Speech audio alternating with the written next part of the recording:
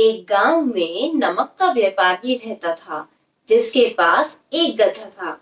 व्यापारी रोज नमक को गोदाम से दुकान तक ले जाने के लिए गधे का इस्तेमाल किया करता था। व्यापारी का गधा आलसी प्रवृत्ति का था।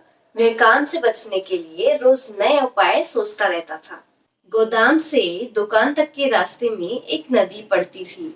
एक दिन नदी पर चलते समय अचानक गधे का पैर फिसला और वे नदी में जा गिरा।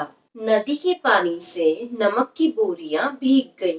जब तक गधा पानी से बाहर निकला, तब तक बोरियों में रखा हुआ सारा नमक घुल चुका था। जब गधा चलने लगा तो उसे बोरियों का वजन कम महसूस हुआ और वह खुश हो गया। उसने सोचा, अपने ऊपर लदा हुए बोझ को हल्का करने के लिए ये बहुत अच्छा तरीका है।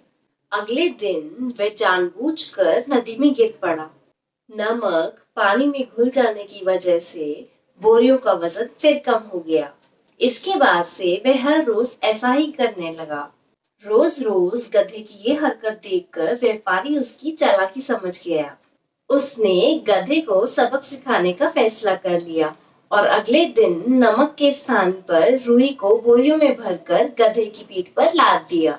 रुई वजन में हल्की थी, फिर भी आलसी गधे ने सोचा कि क्यों ना रोज की तरह नदी में गिरकर इस वजन को और कम कर लिया जाए।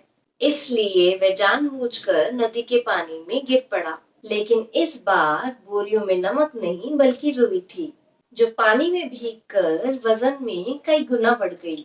गधा जब उठकर चलने लगा तो इतने भारी वजन से उसका बुरा हाल हो गया। इस कहानी से हमें ये सीख मिलती है कि आलस का फल कभी न कभी मिल ही जाता है।